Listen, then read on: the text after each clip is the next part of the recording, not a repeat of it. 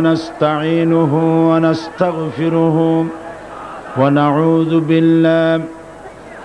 ونعوذ بالله من شرور أنفسنا ومن سيئات أعمالنا من يهد الله فلا مضل له ومن يضلل فلا هادي له ونشهد أن لا إله إلا الله وحده لا شريك له ونشهد أن سيدنا وحبيبنا ومولانا محمدا عبده ورسوله الذي أرسله بالحق بشيرا ونذيرا وداعيا إلى الله بإذنه وسراجا منيرا فقد قال الله تعالى في كلامه المجيد وفرقانه الحميد أعوذ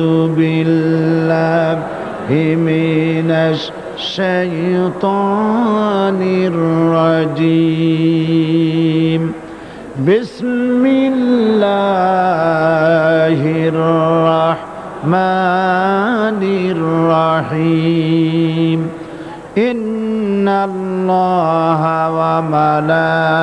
وملائكته يصلون على النبي يا أيها الذين آمنوا صلوا عليه وسلموا تسليما اللهم صل على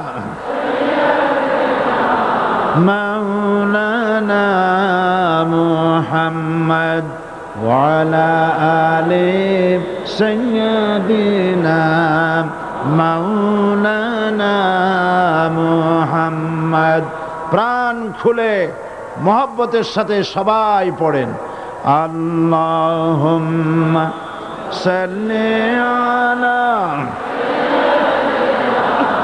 মাওলানা মুহাম্মদ ওয়া আলা আলি সাইয়্যিদিনা মাওলানা মুহাম্মদ বালাগাল উলা بكماله كشف الدجى بجماله حسنت جميع خصاله صلوا عليه محمد مصطفى تمہی حبیب پاک داور ہو شفیع آسیہ مشکل کشائے روز محشر ہو بلغ العلا بکمالہ کشف الدجى بجمالہ حسنت جمیع خصالہ صلوا علیہ سورت یوسف بداری حکمت لقمان ما قاری قرآن باری اے دل شادمان ما بلغ العلا بکمالہ کشف الدجى بجمالہ حسنت جمیع خصالہ صلوا عليه وآله اللهم آمين ربنا ظلمنا أنفسنا وإن لم تغفر لنا وترحمنا لنكونن من الخاسرين পরওয়ারদিগার আলম শাহানশাহ রাজাধিরাজ সম্রাটের সম্রাট বিশাল আকাশের জমিনের মালিক আল্লাহ রাব্বুল আলামিন চট্টগ্রামের ইতিহাসের স্মরণকালের কোরআনে কারিমের সর্বশ্রেষ্ঠ মাহফিল নিয়ে কয়েকবার দরুদ সালাম পড়ে তোমার দরবারে আমরা হাত তুলেছি। মেহেরবানি মেহরবানি করে দুরুদ সালাম টুকুন সোনার মদিনায় নবী পাকের রওজা মুবারকে পৌঁছে দাও। তাম পৃথিবীর মাটির নিচে যত মুমিন মুমিনাত শুয়ে আছেন তাদের আরওয়ার পরে সওয়াব পৌঁছায় দাও রব্বুল আলামিন। এ মাহফিলের আয়োজন যারা করেছেন, শোনার জন্য যারা এসেছেন, কিয়ামতের দিন মুসিবতের সময় এ মাহফিল আয় আল্লাহ পাক আমাদের সকলের জন্য নাজাতের জারিয়া বানিয়ে দিও আল্লাহ রব্বুল আলামিন। এ বিশাল জনসমুদ্র পুলিশের পক্ষে, স্বেচ্ছাসেবক বাহিনীর পক্ষে কারো পক্ষে সম্ভব নয় নিয়ন্ত্রণ করা। আল্লাহ পাক তুমি আপন কুদরতে মাহফিলের নিয়ন্ত্রণের দায়িত্ব নিয়ে নাও রব্বুল আলামিন। এ বিশাল মাহফিল মানুষকে আরাম করে বসে শোনার মতো তৌফিক দান করো। লাইট এবং মাইক সব পরিবেশ কোরআনের অনুকূলে এনে দাও ইয়া রব। করম তু अगर करे वो बात दे जुबान को जो दिल पर असर करे। रब्बना तक़ब्बल मिन्ना इन्नका अंतस समीउल अलीम व तुब अलैना इन्नका अंतत तव्वाबुर रहीम। सुब्हान रब्बिका रब्बिल इज्जति अम्मा यसिफून व सलामुन अलल मुरसलीन वल्हम्दुलिल्लाहि रब्बिल आलमीन। जनाब सभापति शेखुल हदीस अल्लामा हजरत मौलाना शमसुद्दीन साहेब मद्दजुल्लुहुल आली आजकल महफिलेर रौनक बख्श मेहमान शाही जामे मस्जिदेर खतीब औलाद रसूल हजरत मौलाना अनवार ताहिर अल जाबिरी अल मदनी अतालल्लाहु उम्रहु व बारकाल्लाहु फी हयाती आमीन। आजकेर महफिले उपस्थित हजरात उलमाए किराम, मजलूम आलिम दीन हजरत मौलाना मुफ्ती इजहारुल इस्लाम चौधरी, आजकेर मंचे उपस्थित বিএনপির জাতীয়তাবাদী দলের সংগ্রামী নেতা জনাব মীর নাসির সাহেব, জনাব গোলাম দস্তগীর সাহেব, জাহাঙ্গীর সাহেব, বিভিন্ন রাজনৈতিক দলের নেতৃবৃন্দ, সমাবেশে আগত ভারত, বার্মা, প্রতিবেশী দেশ থেকে আগত, বাংলাদেশের বিভিন্ন জেলা থেকে আগত সম্মানিত প্রিয় ভাইয়েরা, পর্দার আড়ালের সম্মানিত মা এবং বোনেরা, সুপ্রিয় সাংবাদিক বৃন্দ, আসসালামু আলাইকুম ওয়া রাহমাতুল্লাহি ওয়া বারাকাতুহু। মহান আল্লাহ রব্বুল ইজ্জত ওয়াল জালাল তার দরবারে লাখো কোটি শুকর আদায় করি যে মহান আল্লাহ তাবারক ওয়া তাআলা কোরআন শরীফের এ বিশাল মাহফিল, গোটা বিশ্বে কোরআন শরীফ তাফসীরের সর্বশ্রেষ্ঠ মাহফিল চট্টগ্রাম ইসলামী সমাজ কল্যাণ পরিষদ কর্তৃক আয়োজিত চট্টগ্রাম আউটার স্টেডিয়ামে এ বিশাল জনসমুদ্রে আমরা শরীক হতে পেরে আল্লাহ পাকের দরবারে নত শিরে শুকরিয়া জ্ঞাপন করছি, পড়ছি আলহামদুলিল্লাহ। মহব্বতের সাথে জোরে সোরে সবাই পড়েন আলহামদুলিল্লাহ। রব্বানা লাকাল হামদ হামদান কাসীরান তয়্যিবান মুবারাকান ফীহি ইয়া রাব্বি লাকাল হামদু কামা ইয়ানবাগি লিজালালি ওয়াজহিকা ওয়া আযীমি সুলতানিকা। আমরা মহান আল্লাহ রাব্বুল ইজ্জতের দরবারে তার প্রশংসা আদায় করে নিলাম। তিনি দয়া করে সমস্ত ষড়যন্ত্রের জালকে আপন কুদরতে টুকরা টুকরা করে ছিন্ন ভিন্ন করে ইসলামের বিজয়, কোরআনের বিজয় চট্টগ্রামবাসীর গলায় বিজয়ের মালা পরিয়ে দিয়েছেন। আল্লাহ পাক কোরআন শরীফের মধ্যে ইরশাদ করেছেন, ইউরিদুনা লিইউতফিউ নূরাল্লাহি বিআফওয়াহিহিম ওয়াল্লাহু মুতিম্মু নূরিহি ওয়ালাউ কারিহাল কাফিরুন। ওরা চায় মুখের ফু দিয়ে আমার ইসলামের আলোকে নির্বাপিত করে দেবে। আমি বুঝতে পারছি মাইকে অসুবিধা হচ্ছে, ধৈর্য ধরুন, ধৈর্য ধরুন। মাইকের অপারেটর সংশ্লিষ্ট ব্যক্তিবর্গ ব্যবস্থা করবেন। আপনারা শুধু আল্লাহকে বলেন তিনি যেন দয়া করে মাইকের আওয়াজ সর্বত্র তার গোলামদের, বান্দা বান্দীদের শোনার জন্য সুযোগ করে দেন। ধৈর্য ধরতে হবে।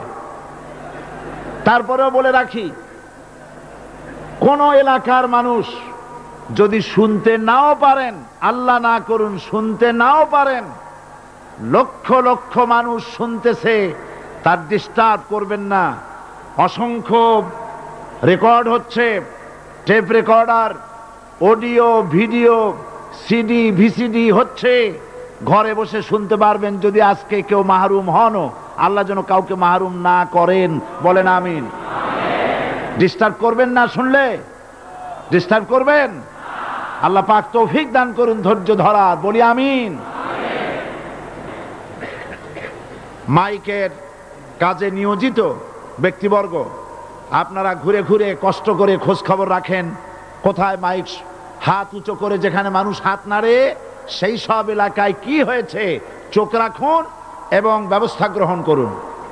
তো আল্লাহ পাক বলছেন ওরা চায় মুখের ফু দিয়ে শুনতে পারবেন। থামেন, শুনতে পারবেন, অপেক্ষা করেন। আল্লাহ পাক বলছেন মুখের ফু দিয়ে ওরা আমার আলোকে নির্বাপিত করতে চায়, কিন্তু আমার আলোকে তারা নির্বাপিত করতে পারবে না। আমি আমার দ্বীনকে পূর্ণতা দান করব। জোরে বলেন আলহামদুলিল্লাহ।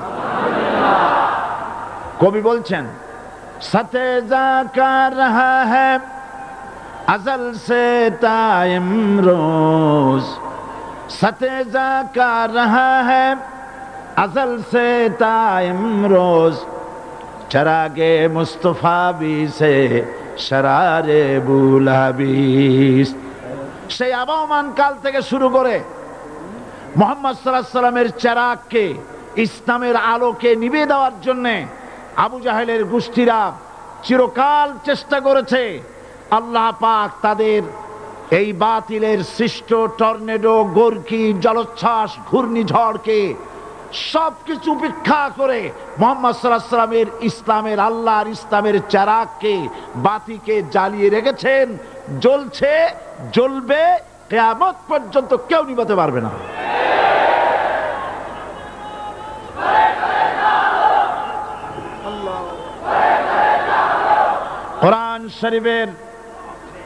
কোরআন শরীফের তাফসীর শুরু করার আগে প্রতিদিনের মতো সাংবাদিকদের জন্য কিছু কথা বলতে হয়, কারণ সময় মতো তারা খবর পৌঁছতে না পারলে, আপনার এখানে লক্ষ লক্ষ আছেন মানুষ, কিন্তু সারা জাতি জানতে পারবে না এখানে কি হচ্ছে।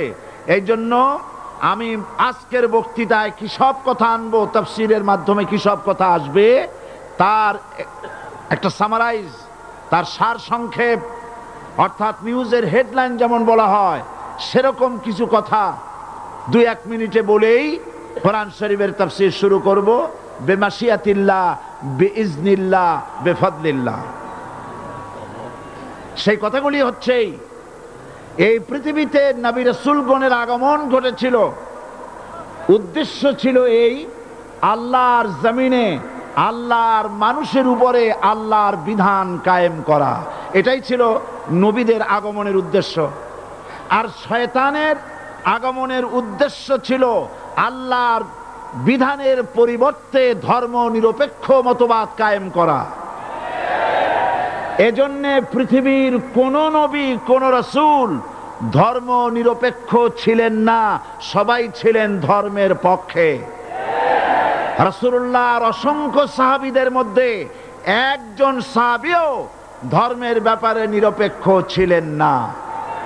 গোটা বিশ্বের সমস্ত মুহাদ্দিস, মুফাসসির এবং বড় বড় ওলামা, পীর বুজুর্গ, এমন একজন লোক পাওয়া যাবে না যিনি ধর্মনিরপেক্ষ মতবাদের অনুসারী ছিলেন।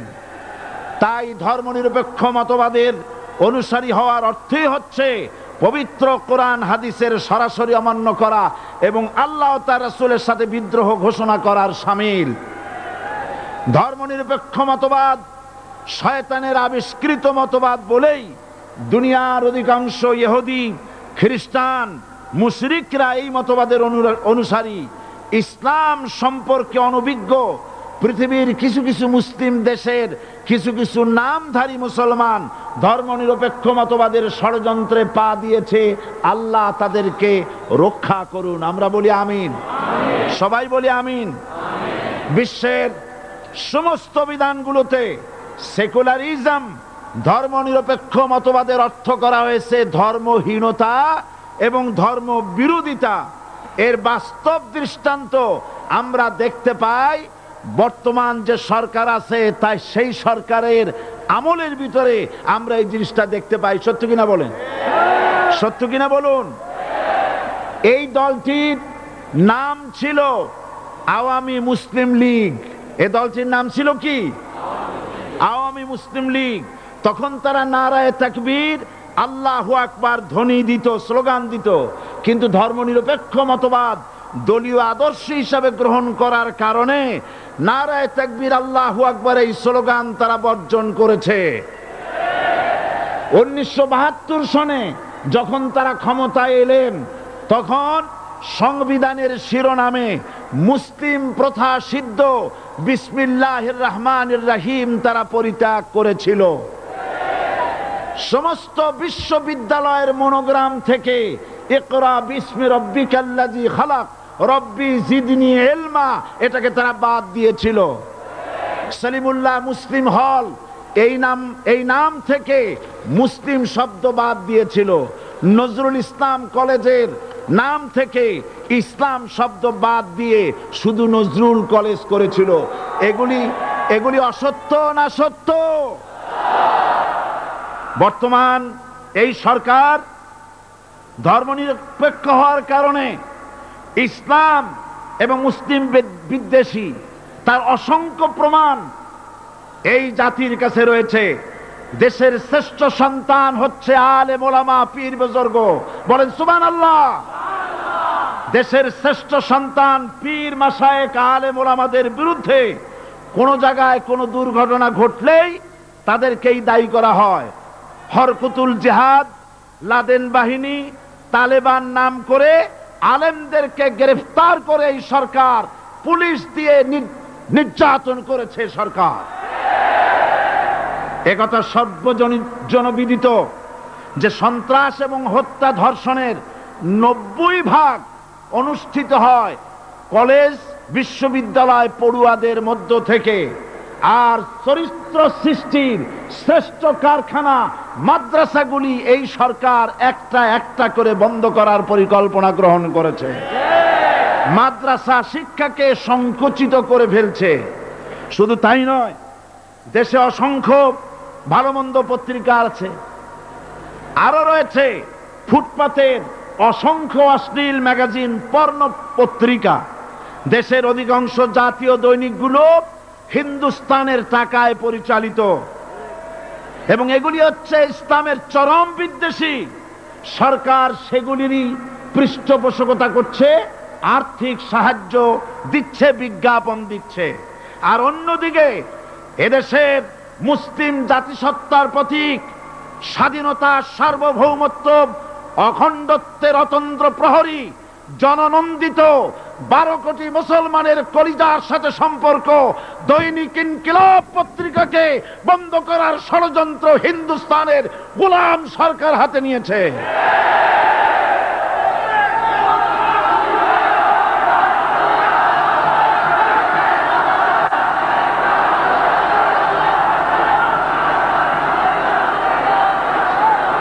সরকার বস্তুনিষ্ঠ সাংবাদিকতায় ভয় পায়, ইসলামের পক্ষে কথা লিখলে ভয় পায়। এজন্য তারা দৈনিক ইনকিলাব এবং তার পরিবারের গায়ে হাত দেওয়ার প্রস্তুতি নিয়েছে। দৈনিক ইনকিলাবের সম্পাদকের গায়ে যদি হাত দেওয়া হয়, ইনকিলাব যদি বন্ধ করে দেওয়া হয়, সারা বাংলাদেশ অচল হয়ে যাবে।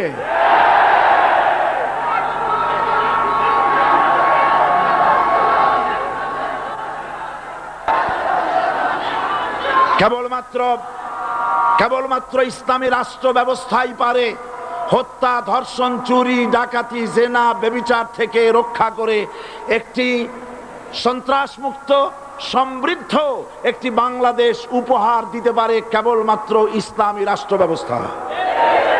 সুতরাং অবস্থা দৃষ্টে মনে হয় এরা যদি আরেক আল্লাহ না করুন, বলেন আল্লাহ না করেন, আল্লাহ না করেন, আল্লাহ না করেন, এরা যদি আরেকটাবার ক্ষমতায় যেতে পারে, ৭২-এর সংবিধানকে পুনরুজ্জীবিত করে ধর্মনিরপেক্ষ মতবাদ কায়েম করবে, সেজন্য আজ গোটা তাওহীদবাদী মুসলমানদেরকে জানতে হবে ধর্মনিরপেক্ষ মতবাদ একটি কুফরি মতবাদ।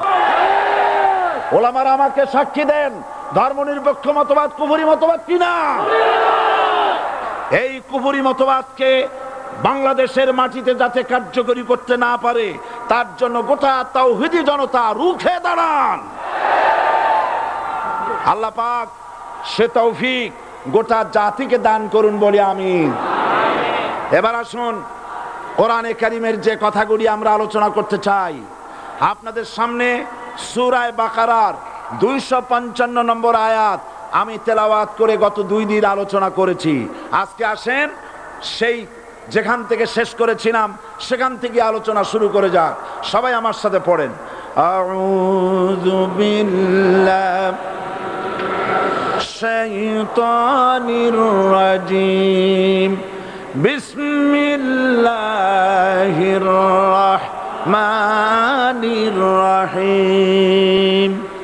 আল্লাহু লা ইলাহা ইল্লা হুয়াল হাইয়ুল কাইয়্যুম, লা তাখুযুহু সিনাতুন ওয়ালা নাওম, লাহু মা ফিস সামাওয়াতি ওয়া মা ফিল আরদ, মান যাল্লাযী ইয়াশফা'ু ইনদাহু ইল্লা বিইذনিহি, ইয়ালামু মা বাইনা আইদিহিম ওয়া মা খালফাহুম ওয়া লা ইউহিতুনা বিশাইইন মিন ইলমিহি ইল্লা বিমা শাআ, ওয়াসি'a কুরসিয়্যুহুস সামাওয়াতি ওয়াল আরদ ولا يؤوده حفظهما وهو العلي العظيم صدق الله العظيم। আমি এই সূরার এই আয়াতের আলোচনা করতে গিয়ে আপনাদের সামনে বলেছিলাম কোরআন শরীফের সর্বশ্রেষ্ঠ আয়াত হচ্ছে হাদিস অনুযায়ী কোন আয়াত? আয়াতুল কুরসি। আল্লাহ পাকের সার্বভৌমত্বের পরিচয় এই আয়াতে কারিমার মধ্যে আল্লাহ পাক দিয়েছেন। গত 2 দিন আমরা আল্লাহ পাকের সার্বভৌমত্ব এবং তার পরিচয় সম্পর্কে আলোচনা করেছি। আজকে সামনের দিকে আমরা এগোতে থাকবো যতদূর আলোচনা করা যায়। আল্লাহ পাক বলছেন, আল্লাহু লা ইলাহা ইল্লা হুয়াল হাইয়ুল কাইয়্যুম। আল্লাহ হচ্ছেন তিনি যিনি ছাড়া কোনো ইলাহ নাই, লা ইলাহা ইল্লাহু, তিনি ছাড়া কোনো ইলাহ নাই, সার্বভৌমত্বের মালিক কেউ নাই। এই যে লা ইলাহা, কোনো ইলাহ নাই, আমরা কালেমার মধ্যে এই কথাটা বলি। আমাদের কালেমায়ে তাইয়্যিবা আমরা কি উচ্চারণ করি? লা ইলাহা ইল্লাল্লাহু মুহাম্মাদুর রাসূলুল্লাহ। জোরে পড়েন লা ইলাহা ইল্লাল্লাহ, লা ইলাহা ইল্লাল্লাহু মুহাম্মাদুর রাসূলুল্লাহ। লা ইলাহা, কোন ইলাহ নাই, এই দাওয়াত দিয়েছেন দুনিয়ার সমস্ত পয়গম্বর। এটা কি শুধু রাসূলুল্লাহর দাওয়াত ছিল? সমস্ত নবীদের স্লোগান ছিল একটা। সমস্ত নবীদের স্লোগান ছিল কয়টা? সবাই বলুন, কি সেই স্লোগান? লা ইলাহা ইল্লাল্লাহ।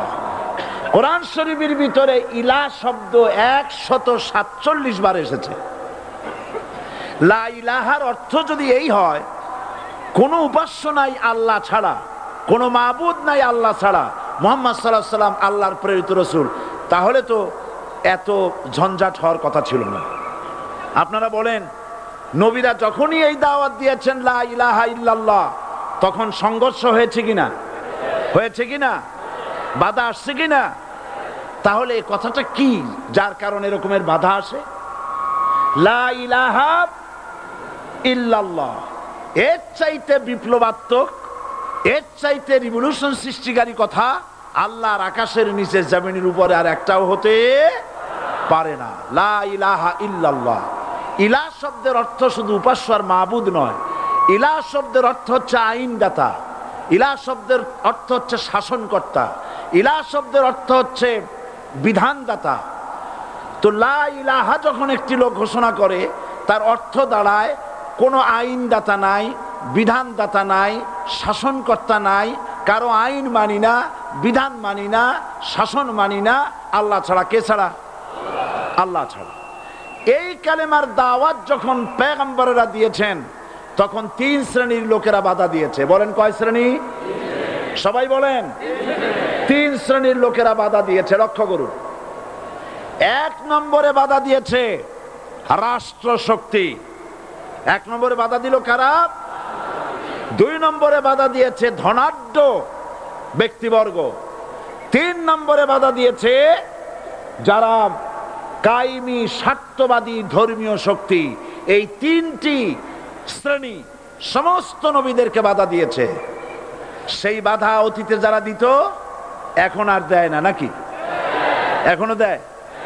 দেখুন, এই কালেমার দাওয়াত হযরতে মূসা আলাইহিস সালামকে যেদিন আল্লাহ পাক প্রথম ওহী দিলেন, এই দাওয়াত শুধু রাসূল দেন নাই, আল্লাহ পাক বলছেন প্রত্যেক নবী তার জাতিকে এই দাওয়াত দিয়েছেন। কি? আল্লাহ রাব্বুল আলামিন বলেন, সকল নবী তার কওমকেই বলে দাওয়াত দিয়েছেন, ইয়া কওমি ইবুদুল্লাহা মা লাকুম মিন ইলাহিন গায়রু।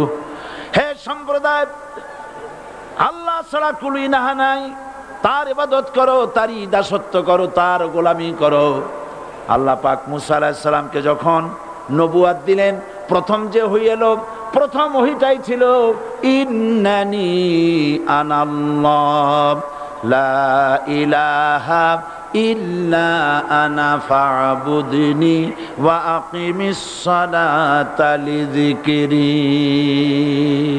নিশ্চয়ই আমি আল্লাহ, আমি ছাড়া কোনো ইলাহ নাই, আইনদাতা নাই, বিধানদাতা নাই, সুতরাং আমার দাসত্ব করো এবং আমার শরণার্থে নামাজকে প্রতিষ্ঠা করো। মূসা আলাইহিস সালামকে আল্লাহ পাক ওহী দিয়ে তাকে পাঠালেন। কোথায় পাঠালেন? আল্লাহ পাক বলেন, ইযহাব ইলা ফিরআউনা ইন্নাহু তাগা। গোটা কওম নাফরমান, আল্লাহর আইন কেউ মানছে না। গোটা কওমের কাছে না পাঠাইয়া আল্লাহ পাক সর্বপ্রথম মূসা আলাইহিস সালামকে দাওয়াত নিয়ে কার কাছে পাঠালেন? ফেরাউনের কাছে। কারণ ফেরাউন হচ্ছে রাষ্ট্রশাসক। ফেরাউন কি? রাষ্ট্রশাসক। টিলা নিচের পানি পাহাড়ের উপরে যায় না, উপরের পানি না নিচের থেকে উপরে যায়, উপরে পানি নিচে আসে। সুতরাং দেশ যারা চালায় এই লোকগুলি যদি ভালো হয় গোটা দেশ ভালো হয়, আর সমস্ত মানুষটা যদি, রাষ্ট্র যিনি পরিচালনা করেন এই লোকগুলি যদি খারাপ হয় গোটা দেশ খারাপ হতে বাধ্য। এই জন্য আল্লাহ পাক বলছেন সর্বপ্রথম তুমি ফেরাউনের কাছে যাও এবং এই কালেমার দাওয়াত দাও। হযরত মূসা আলাইহিস সালাম ফেরাউনের কাছে গেলেন আর দাওয়াত দিলেন, ফেরাউন পড়ে নাও লা ইলাহা ইল্লাল্লাহ। একটি কথা আপনাদের মনে রাখতে হবে, দুনিয়ার কোন ফেরাউন, কোন নমরুদ, কোন সাদ্দাত, কোন হামান কেউ বলে নাই যে আমি আল্লাহ, আমি রাজ্জাক, আমি খালেক, আমি পৃথিবীর সৃষ্টি করেছি। কথা কেউ বলেছে? কেউ বলে নাই। কি বলেছে তারা?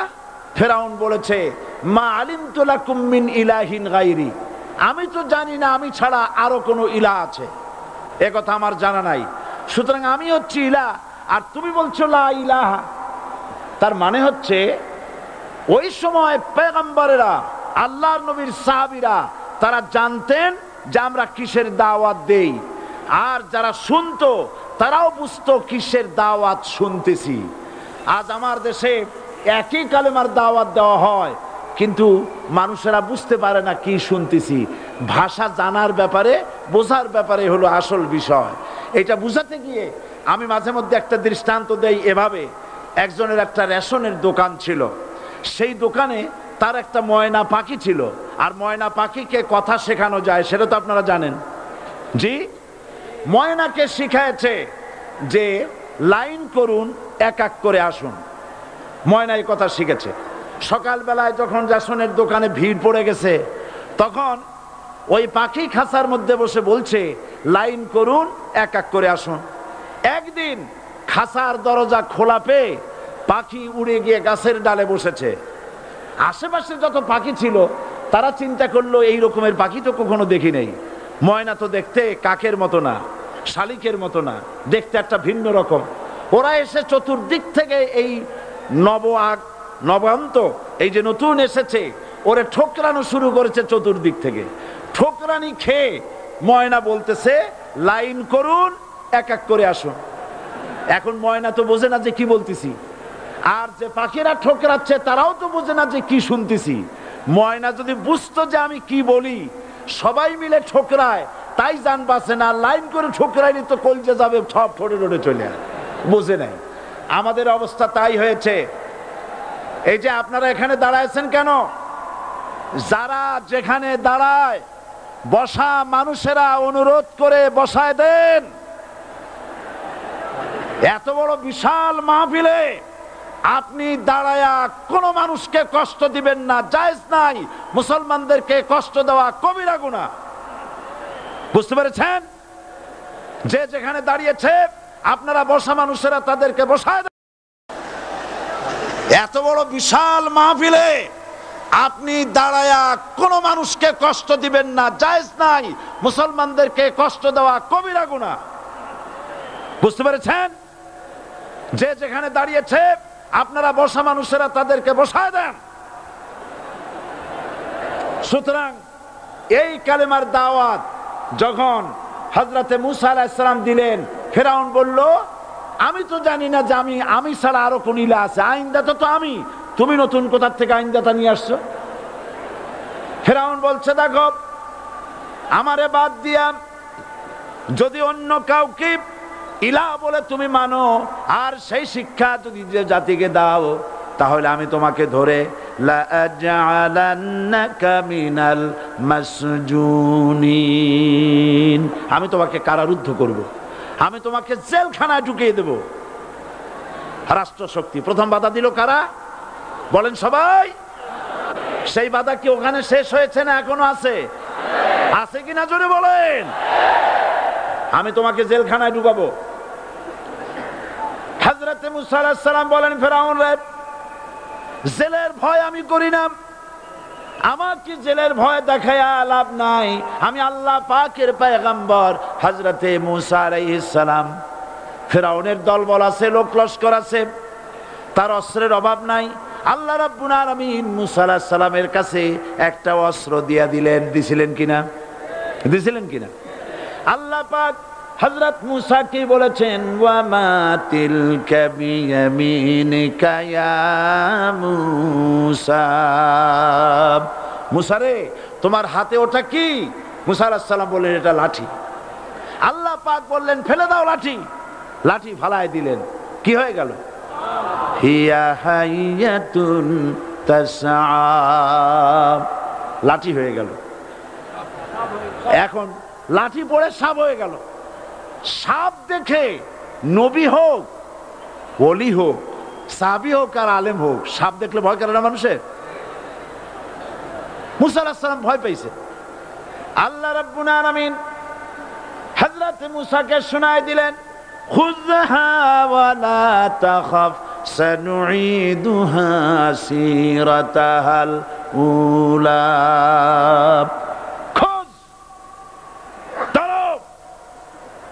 লা তাখাফ, ভয় পেও না। আল্লাহ বলছেন ধরো, ভয় পেও না। ধরার সঙ্গে সঙ্গে স্বাভাবিক অবস্থায় ফিরে আসবে, আবার লাঠি হয়ে যাবে। এখন আল্লাহ বলছেন ধরো। মুসা আলাইহিস সালাম কি ভয় পাওয়া উচিত হবে? উচিত হবে? মুসা আলাইহিস সালাম কি ভয় পাইছিলেন?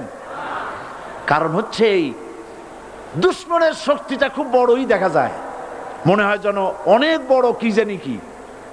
আল্লাহ পাক বলছেন, ইন্না কাইদাশ শায়তানে কানা দাঈফা। শয়তানের চক্রান্ত যতই তুমি মনে করো অনেক ষড়যন্ত্রের জাল বিস্তার হয়ে আছে, আল্লাহ কয় কিছুই না, দাঈফা, অত্যন্ত দুর্বল। আল্লাহ পাক বললেন ধরো। মুসা আলাইহিস সালাম সাপ ধরলেন, সঙ্গে সঙ্গে লাঠি হয়ে গেল। ফিরআউন বরদাস্ত করলো না, রাষ্ট্রশক্তির পক্ষ থেকে আক্রমণ শুরু হলো। অপরাধ কি? মুসা আলাইহিস সালামের অপরাধ কি? কি অপরাধ? মাশাআল্লাহ, বুঝতে পেরেছেন। অপরাধ হচ্ছে তিনি বলেছেন লা ইলাহা, জোরে বলেন লা ইলাহা ইল্লাল্লাহ। এই কালেমাকে আজ আমরা ভিক্ষার বুলি বানাইছি। এটা হলো সার্বভৌমত্বের বুলি, এটা হচ্ছে আল্লাহ পাকের সার্বভৌমত্বের কথা। আজ আমরা মানুষের কাছে আমরা শুনি, মানুষেরা ভিক্ষা চায়, লা ইলাহা ইল্লাল্লাহ, এক মুঠ চাউল দেন, লা ইলাহা ইল্লাল্লাহ 10 খান পাই দেন।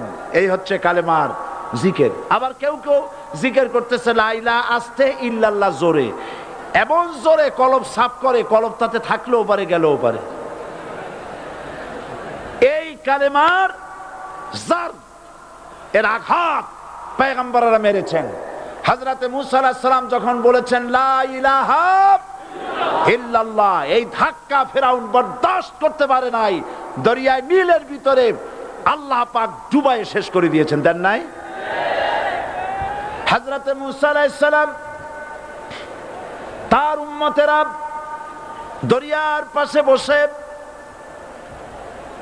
দ্বীনি কথাবার্তা বলতেছেন।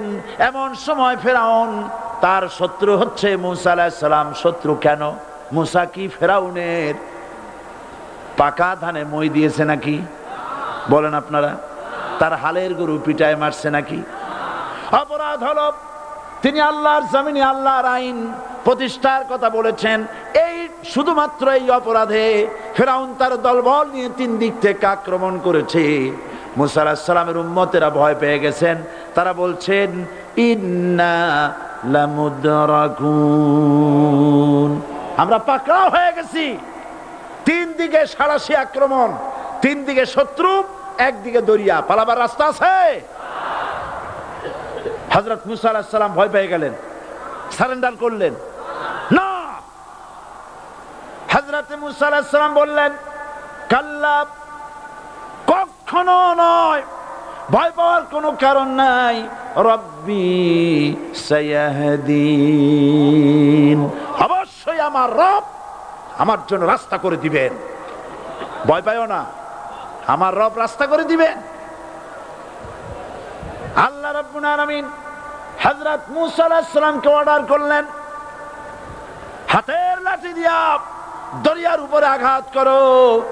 হযরতে মূসা আলাইহিস সালাম দরিয়ার উপর আঘাত করলেন। রাস্তা ছিল দরকার একটার, এক বাড়িতে আল্লাহর হুকুমে লাঠি দিয়ে একটি আঘাত করার সঙ্গে সঙ্গে হযরত মূসার তার সঙ্গী সাথী দরিয়া পার হওয়ার জন্য দরিয়ার মধ্য দিয়ে আল্লাহ 12টা রাস্তা পয়দা করে দিলেন। সে আল্লাহ আছে না নাই? এত আসতে বলেন কেন? ভয় পাওয়ার কারণ আছে? রাষ্ট্র শক্তি বাধা দিয়েছে সমস্ত নবীদেরকে। কেন? নবীদের চরিত্র খারাপ? জোরে বলেন, নবীদের চরিত্র খারাপ? নবীদের চাইতে মাসুম বেগুনাহ উন্নত চরিত্রের মানুষ আল্লাহর আকাশের নিচের জমিনের উপরে আর হয় নাই। তোমরা যে সামনে তাদের পিছনে দৌড়াও, অমুকের সৈনিক, নেতা নেতা করে মরো, এইসব নেতা যাদের পিছনে দৌড়াও, এই নেতাগুলি, আমি জিজ্ঞেস করি আপনাদেরকে, এই নেতাগুলি জীবনে একবারও জেনা করে নাই? এ ব্যাপারে অনুসারীরা আপনারা কি নিশ্চিত? মিথ্যা কথা জীবনেও কয় নাই, প্রতারণা করে নাই, ঠাট্টা করে নাই, বিদ্রুপ করে নাই, মদ খায় নাই, মানুষ হত্যা করে নাই। কিসের নেতা? নেতা হচ্ছেন সেই ব্যক্তি যিনি বলেছেন, ও আমার স্ত্রীরা, ও আমার সাহাবীরা, রাতের আধারে আমার মধ্যে যা আচরণ দেখতে পাও, দিনের আলোতে আমার মধ্যে যা দেখতে পাও, সবগুলি খুলে খুলে মানুষের কাছে বলে দাও। তার নাম বিশ্বনবী মুহাম্মদ রাসূলুল্লাহ সাল্লাল্লাহু আলাইহি ওয়াসাল্লাম।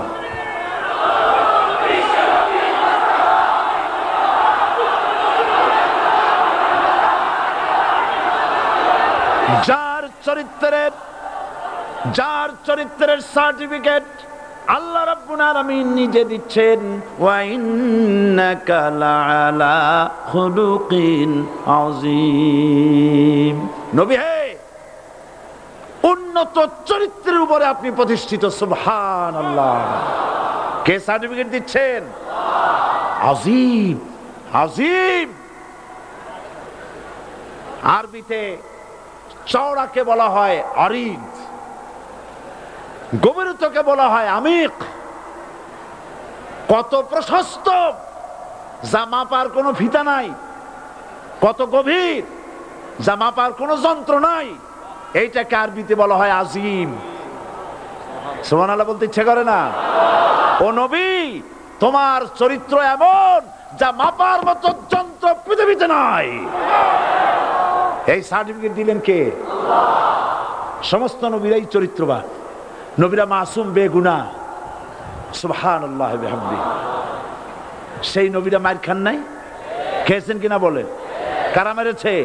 রাষ্ট্র শক্তি। কারা মেরেছে? কারণ নবীরা বলেছেন লা ইলাহা ইল্লাল্লাহ। পড়েন সবাই, লা ইলাহা ইল্লাল্লাহ। আপনিও যদি নবীদের মতো, সাহাবীদের মতো বুঝা এই কলেমার দাওয়াত দেন, বাধা আসবেই। বোঝাবুঝির ব্যাপার, বুঝতেই সারলো। কত মাহফিল হয় বাংলাদেশে, হয় না? কোনো বাধা নাই, ঠিক কিনা? কত পূজা হয়, পার্বণ হয়, গান হয়, থিয়েটার হয়, গুনাগার বিবির গান হয়, কত কিছু হয়। কোনো বাধা আছে? তাফসীরের মাহফিলে বাধা। কারণ ওরা বুঝতে পেরেছে এ তাফসীরের মাহফিলে গাজীর গীত হয় না, এ তাফসীরের মাহফিলে আল্লাহর সার্বভৌমত্ব কায়েমের আন্দোলন চলে।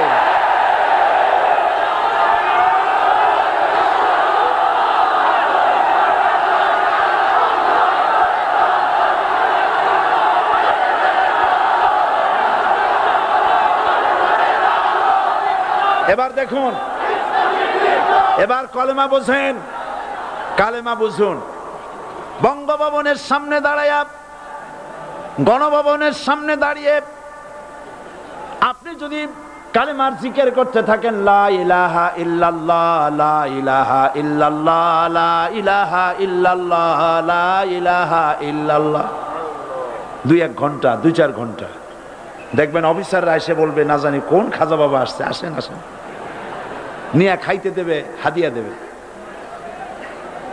যেহেতু যিনি পড়তেছেন উনি বোঝেন না কি বলতেছেন, আর যারা দাওয়াত দিয়ে নিয়ে গেল ওরা টের পায় নাই যে কি কি শুনে দাওয়াত দিতেছে। কিন্তু আপনি যদি বঙ্গভবন, গণভবন, সেক্রেটারিয়েট আর পার্লামেন্ট এর ভিতরে ঢুকে যদি বলেন কোন মানুষের তৈরি করা আইন মানি না, কোন সরকারের সার্বভৌমত্ব স্বীকার করি না, কারো বিধান মানি না, কারো তৈরি করা আইনের সামনে মাথা নত করি না, আল্লাহ ছাড়া কারো বিধান মানি না, হাদিয়া আসবে, খাইতে দেবে, পকেটে টাকা দেবে, খাওয়াবে এক জায়গায় নিয়ে, কোন জায়গায়? লাল দালানে। বোঝাবুঝির কথা। পয়গম্বরেরা দাওয়াত দিয়েছেন আয়াতুল কুরসি ফরজ নামাজ পড়িয়া, দেখছি অনেকেই জামার বুতাম টুতাম খুলিয়া তারপরে জোরে একটা ফু দেয়। অসুবিধা নাই, ফু আপনি দেন, কিন্তু কি পড়ে ফু দিচ্ছেন আপনি কি বুঝছেন কিছু? সুবহানাল্লাহ। বুঝলি কি এই চেহারা হয়?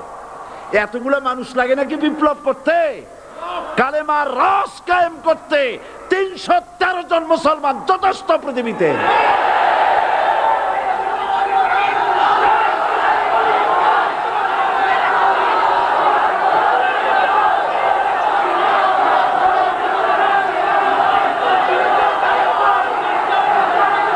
আল্লাহ পাক কোরআনে কারীমের মধ্যে আল্লাহ পাক বলেছেন এমন একজন নবী পাঠাই নাই, ইয়া হাসরাতান আলাল ইবাদ, বান্দার উপরে আফসোস।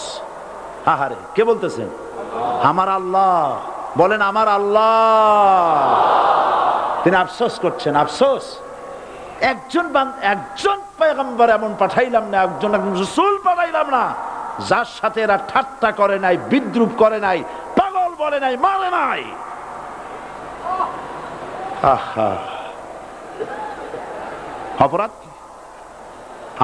আল্লাহর সার্বভৌমত্ব প্রতিষ্ঠার অপরাধ। হযরত ইব্রাহিম আলাইহিস সালাম তিনি যখন এই কালেমার দাওয়াত দিয়েছেন নমরুদের বিরুদ্ধে, নমরুদ বলেছে মান আশাদ্দু মিন্না কুওয়া, আমার চাইতে শক্তিশালী আর কে আছে? আনা রব্বুকুমুল আলা, আমি তোমাদের বড় প্রভু। নাউজুবিল্লাহ। কই থেকে একটা তুমি বলছো লা ইলাহা ইল্লাল্লাহ, আমি তো ইলাহ। হযরত ইব্রাহিম আলাইহিস সালাম কি কালেমার দাওয়াত পেশ করার অপরাধে অগ্নিকুণ্ডের ভিতরে ফালাবার ব্যবস্থা হয়ে গেছে। আল্লাহ পাক সব ঘটনা কোরআনে বলে দিয়েছেন কিনা বলেন? কেন বললেন এই সমস্ত কথা? এই জন্য বলেছেন ফেরাউন মরে যাবে, নমরুদ মরে যাবে, কিন্তু তাদের প্রেতাত্মারা যুগে যুগে তারা বেঁচে থাকবে। আগুনের ভিতরে ফালাবার ব্যবস্থা হয়েছে। আল্লাহ পাক বলে দিয়েছেন আমার রাস্তায় যদি চেষ্টা করো, জিহাদ করো, আমার সাহায্য তোমরা পাবে। ওয়া কানা হাক্কান আলাইনা নাসরুল মুমিনিন, মুমিনদেরকে সাহায্য করা আমি আল্লাহর জন্য ওয়াজিব। সুবহানাল্লাহ বলবেন না? আলহামদুলিল্লাহ বলবেন না? আমার জন্য ওয়াজিব মুমিনদেরকে সাহায্য করা। ইব্রাহিম আলাইহিস সালামকে আগুনে ফেলানো হচ্ছে। হযরত জিবরাইল বলেন ইব্রাহিম তোমাকে আগুনের ভিতরে ফেলানো হতেছে, আমার কাছে সাহায্য চাও, আমি তোমারে বাঁচায় দেব। হযরত ইব্রাহিম আলাইহিস সালাম তিনি বললেন জিবরাইল আমার পরীক্ষা চলতেছে, আমাকে ডিস্টার্ব করো না, আমি তোমার কাছে সাহায্য কেন চাইব? আমি তো এমন কোন অন্ধ আল্লাহর ইবাদত করি না যিনি তার বান্দার দুঃখ দুর্দশা নিজের চোখে না দেখেন। পরীক্ষা পাস করছে না? পাস করছেন কিনা? হযরত ইব্রাহিম বলেন শোনো জিবরাইল, আমি যদি আগুনের ভিতরে পড়ে যাই আর আগুনে পুড়ে যদি ভস্ম হয়ে যায়, আমার আল্লাহ যদি এতে খুশি হন, তাহলে আমি আমার রব্বুল আলামিনকে খুশি করার জন্য এভাবে 1000 বার পড়তে আমি রাজি আছি। ইব্রাহিম আলাইহিস সালাম আগুনের ভিতরে পড়ে গেলেন। আল্লাহ রব্বুল আলামিন আগুনের প্রতি নোটিশ করে দিলেন, ইয়া নারু কুনি বারদাও ওয়া সালামান আলা ইব্রাহিম। আগুন আমার ইব্রাহিমের জন্য শান্তিদায়ক, ঠান্ডা হয়ে যা। ইব্রাহিম আলাইহিস সালাম জ্বলছেন, পুড়ে গেছেন। নমরুদ তার প্রাসাদের ছাদে বসে ইব্রাহিম আলাইহিস সালামের পোড়া দৃশ্য দেখে আনন্দ করবে, আগুনের দিকে তাকায় দেখে ইব্রাহিম আরামে বসে আছেন। পোড়া তো দূরের কথা, জামাও পরে নাই। ও ডাক দিয়া বলে, রে আগুন, গোটা জাতি নিয়ে তোর পূজা করলাম, আমার দুশমন কেন জ্বালাইতে পারিস না? তোর জ্বালানো শক্তি কি নষ্ট হয়ে গেছে নাকি? আগুনের ভিতর থেকে আওয়াজ বেরিয়ে এলো, নমরুদ, আমার ভিতরে দাহ্য শক্তি, জ্বালানো শক্তি আছে কি নাই যদি প্রমাণ করতে চাও, টেস্ট করতে চাও, তুই নিজে আয়। তোরে সুদ্ধা তাম দুনিয়া জ্বালাই দিতে পারি, ইব্রাহিমের এক গাছা পশম জ্বালাইতে পারি না। বিশ্বকবি আল্লামা ইকবাল কি সুন্দর করে বলেছেন, আজ ভি হো জু ইব্রাহিম কা ইমা पैदा आग कर सकती है एक अंदाज़े गुलिस्तां पैदा। ইব্রাহিমের ঈমান যদি আজও কোথাও হয় বিদ্যমান, করতে পারেন অগ্নিকুণ্ডে খুবসুরত এক গুলিস্তান। এখনো যদি ইব্রাহিমের সন্তানদেরকে আগুনের মধ্যে ফেলে দেওয়া হয়, আর ইব্রাহিম ঈমান যদি থাকে, আগুনকে ফুলের বাগান বানাবার ক্ষমতা আল্লাহর আছে। চিরকাল আল্লাহ পাক এই কালেমাকে দিয়েছেন আল্লাহর সার্বভৌমত্বকে প্রতিষ্ঠা করার জন্য। আয়াতুল কুরসি শুধু পড়ে বুকে ফু দেওয়ার জন্য নয়, পড়েন আমার সাথে, আল্লাহু লা ইলাহা ইল্লা হুয়াল হাইয়ুল কাইয়্যুম। দুনিয়ার সমস্ত পয়গম্বর অত্যাচারিত হলেন, শুধু তাই নয়, বিশ্ব নবী আখেরি জামানার পয়গম্বর নবী মুহাম্মদ রাসূলুল্লাহ সাল্লাল্লাহু আলাইহি ওয়াসাল্লাম জাতির কাছে আসলেন। তিনি এসে বললেন, ইয়া আইয়ুহান নাস কুলু লা ইলাহা ইল্লাল্লাহ। প্রথম দাওয়াত, প্রথম দাওয়াত। শুনছেন কথা? রাসূলুল্লাহ বলছেন, ও জাতি, আমার রাসূল তো মক্কার রাসূল না শুধু, মদিনার রাসূল না শুধু, আরবি ভাষা ভাষীদের রাসূল না শুধু, আমার নবী কি নবী? চিল্লায় বলেন। তাই তিনি বলেছেন, ও বিশ্বের মানবতা, বিশ্বের মানব গোষ্ঠী, যদি মুক্তি পেতে চাও, নাজাত পেতে চাও, উচ্চারণ করো, বিশ্বাস করো, আমল করো, বলো লা ইলাহা ইল্লাল্লাহ। জোরে পড়েন, লা ইলাহা ইল্লাল্লাহ, লা ইলাহা ইল্লাল্লাহু মুহাম্মাদুর রাসূলুল্লাহ। আবু জাহেল বুঝছিল কলেমার অর্থ? কথা বলেন না কেন? আবু জাহেল বুঝছিল? উতবা, সাইবা, মুগিরার গোষ্ঠীরা বুঝছিল? বুঝেছে।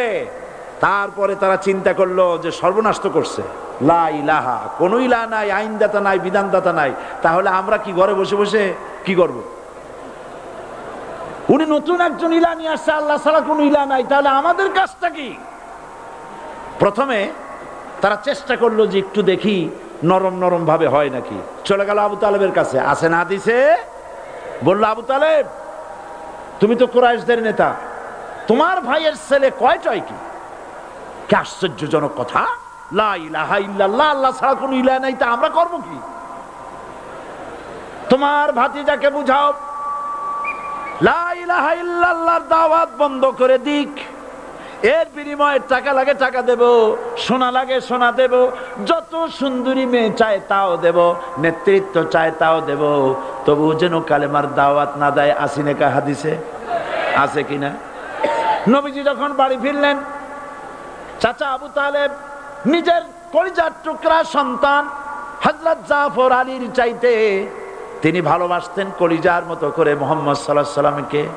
বলছে, বাবা, এমন কথা কেন বলো যাতে লোকেরা খেপে যায়? এই কথাগুলি বলো না, ওরা আমার কাছে এই সব প্রস্তাব দিয়ে গিয়েছে। রাসূলুল্লাহ প্রস্তাব শুনে এগ্রি করলেন? জি। আমার নবী বলেন, ও আমার চাচা আবু তালেব, প্রস্তাবকারীদেরকে শুনিয়ে দিন। হুজুরের সাথে তখন অনেক লোকজন নাকি, অনেক অস্ত্রপাতি, কিচ্ছু নাই, আল্লাহর শক্তি ছাড়া কিছুই না। আমার নবী বলেন, ও আমার চাচা আবু তালেব, প্রস্তাবকারীদেরকে শুনিয়ে দেন। যেটা দেওয়া সম্ভব সেটা তো দূরের কথা, যেটা দেওয়া সম্ভব নয় তাও যদি তারা দিতে পারে আমার এই, যেমন আকাশের সূর্যটা ধরে এনে ওরা যদি আমার ডান হাতে তুলে দেয়, আকাশের পূর্ণিমার চাঁদটা ধরে যদি বাম হাতে আমার তুলে দেয়, এর বিনিময়ে এক মুহূর্তের জন্য তাওহীদের দাওয়াত আমি বন্ধ করে দেব না। সুবহানাল্লাহ।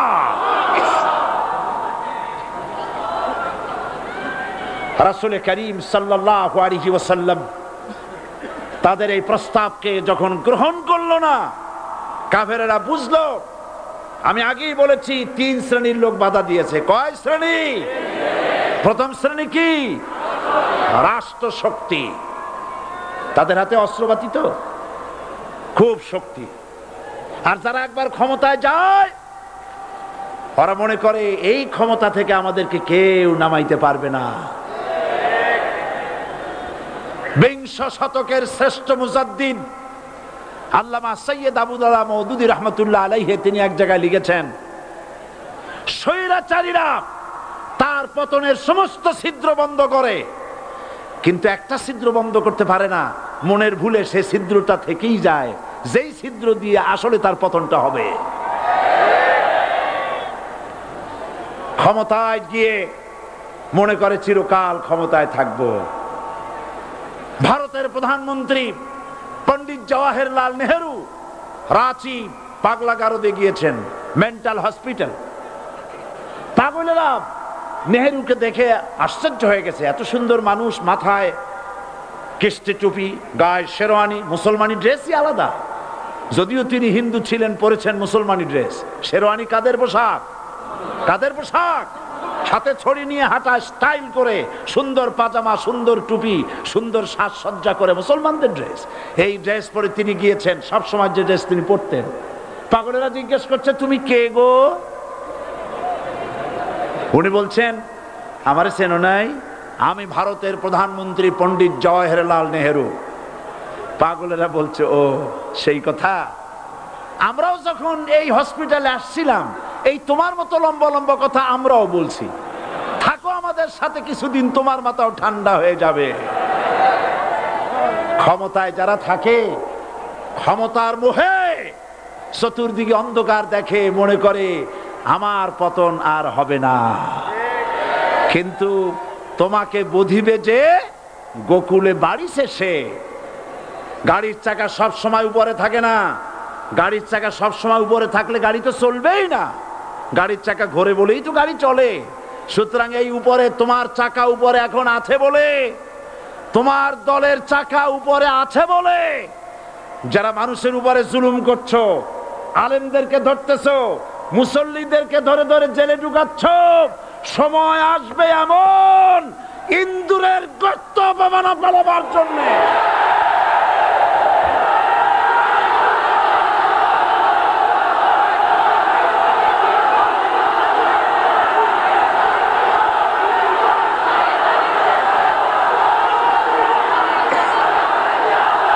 আবু জাহেলের গোষ্ঠী, আবু জাহেলের গোষ্ঠী মনে করেছে সোজা আঙ্গুলে ঘি যখন উঠলো না, আঙ্গুল বাঁকা করতে হবে। শুরু হয়ে গেল অত্যাচার, শুরু হয়েছে না? হযরত সুমাইয়া রাদিয়াল্লাহু তাআলা আনহা কি নির্মম ভাবে, নিষ্ঠুর ভাবে তাকে শহীদ করা হলো। খাব্বাব, হুবাইব, হযরত খাব্বাব রাদিয়াল্লাহু তাআলা আনহুকে দেখে হযরত ওমর একদিন বলছিলেন, খাব্বাব তোমার পিঠে এত গর্ত কেন? এত গর্তওয়ালা পিঠ আর এত চিকুন কোমর আমি তো জীবনেও দেখিনি। হযরত খাব্বাব বলেছেন, ওমর জানো না, ইসলাম কবুল করার অপরাধে, কালেমা পড়ার অপরাধে কাফির বেঈমানেরা আমাকে মারধর করেছে, যখন আমি তাদের মারে কালেমা ছাড়ি নাই, তখন আগুন জ্বালায়া আগুনের আংটার উপরে, আংটা আগুনের উপরে আমাকে চিৎ করে শোয়ায়া, আমি যেন নড়াচড়া করতে না পারি সেজন্য আমার বুকের উপরে পাথর চাপা দিয়ে রেখেছে। আগুনে গোশত পুড়ে পুড়ে আগুন ভিতরে ঢুকেছে, গায়ের রক্ত আর চর্বি গলে গলে পড়ে আগুনগুলো নিভেছে। ওই পিঠে যে গর্ত হয়েছে আজও পর্যন্ত সেই গর্ত মিটে যায় নাই। হযরতে খাব্বাব রাদিয়াল্লাহু তাআলা আনহু বলছেন, বুখারী শরীফে হাদিসে ভাবে এসেছে, ওয়ান খাব্বাব বিন আরিত রাদিয়াল্লাহু তাআলা আনহু আন্নাহু ক্বাল শাকাউনা ইলা রাসূলিল্লাহি সাল্লাল্লাহু আলাইহি ওয়াসাল্লাম ওয়া হুয়া মুতাওয়াসসাদুন বুরদাতুন লাহু ফি জিল্লিল কাবা। আমি গেলাম রাসূলুল্লাহর কাছে, যে দেখি হুজুর বাইতুল্লাহ শরীফের ছায়ায় আরাম ফরমাচ্ছেন। আমি কাছে গিয়া বললাম, আলা তাস্তানসিরু লানা আলা তাদউ লানা ইয়া রাসূলুল্লাহ, হে রাসূল আপনি কি আমাদের জন্য দোয়া করবেন না? আপনি কি আমাদের জন্য আল্লাহর কাছে সাহায্য প্রার্থনা করবেন না? মার খেয়ে খেয়ে তো শেষ হয়ে গেলাম। শুনতেছেন আপনারা? আল্লাহর নবী উঠে বসলেন, বললেন, খাব্বাব শোনো, তোমাদের আগে যারা এই পৃথিবীতে এসেছিলেন দ্বীনের দাওয়াত দেওয়ার জন্য, সমকালীন রাষ্ট্র শক্তি তাদেরকে ধরতো, ফায়ুখাজুর রাজুলু ফায়ুহফারু লাহু ফিল আরদ, তার জন্য তারে ধরে নিয়া মাটির মধ্যে গর্ত করত, ফায়ুজআলু ফিহা, এরপরে সেই গর্তের ভিতরে তাকে কোমর পর্যন্ত গেড়ে দিত। সুম্মা ইউতা বিল মানশার, এরপরে করাত আনা হতো, ফায়ুদাউ আলা রাসিহি, এরপরে করাতটা মাথার উপরে রাখা হতো, ফায়ুজআলু নিসফাইন, এরপরে করাত দিয়া চিরে চিরে জীবিত মানুষটাকে দ্বিখণ্ডিত করে ফেলে দিত। মা ইয়াসুদ্দুহু যালিকা আন দীনি, এত কষ্ট দেওয়ার পরেও, এত জুলুম করার পরেও দ্বীনের দায়ীদেরকে এক চুল পরিমাণ আল্লাহর রাস্তা থেকে তারা সরাই দিতে পারে নাই। ওয়াল্লাহি, ও খাব্বাব, আমি আমার আল্লাহর নামে কসম করি। ও মুসলমান, কে কসম করতেছে? আল্লাহ রাসূল। আমি আমার আল্লাহর নামে কসম করি, ওয়াল্লাহি লা ইউতাম্মান্নাল্লাহু হাযাল আমর হাত্তা ইয়াসির রাকিবু মিন সানা ইলা হাযরামাউত। সেদিন বেশি দূরে নয়, ইয়েমেনের রাজধানী সানা থেকে শুরু করে সৌদি আরবের হাযরামাউত পর্যন্ত হাজার হাজার মাইল, এই দীর্ঘ পথে যুবতী নারী তার সৌন্দর্যের পশ্চা নিয়া, আর ধনাঢ্য ব্যক্তিরা সওদাগরেরা তাদের টাকা পয়সা নিয়া একাকে নিয়ে অথবা দলবদ্ধ ভাবে মানুষেরা যাতায়াত করবে। লা ইয়াখাফু ইল্লাল্লাহ, মানুষের মনের মধ্যে কোনো ভয় থাকবে না। এমন একটা সময় আসবে, ওয়ালাকিন্নাকুম তাস্তাজিলুন, অথচ তোমরা বড্ড তাড়াহুড়ো করছো। তাড়াহুড়ো করো না, অপেক্ষা করো, ধৈর্য ধরো, মার খাও, জেলে যাও, শহীদ হও, আল্লাহর রাজ কায়েম হবেই হবে।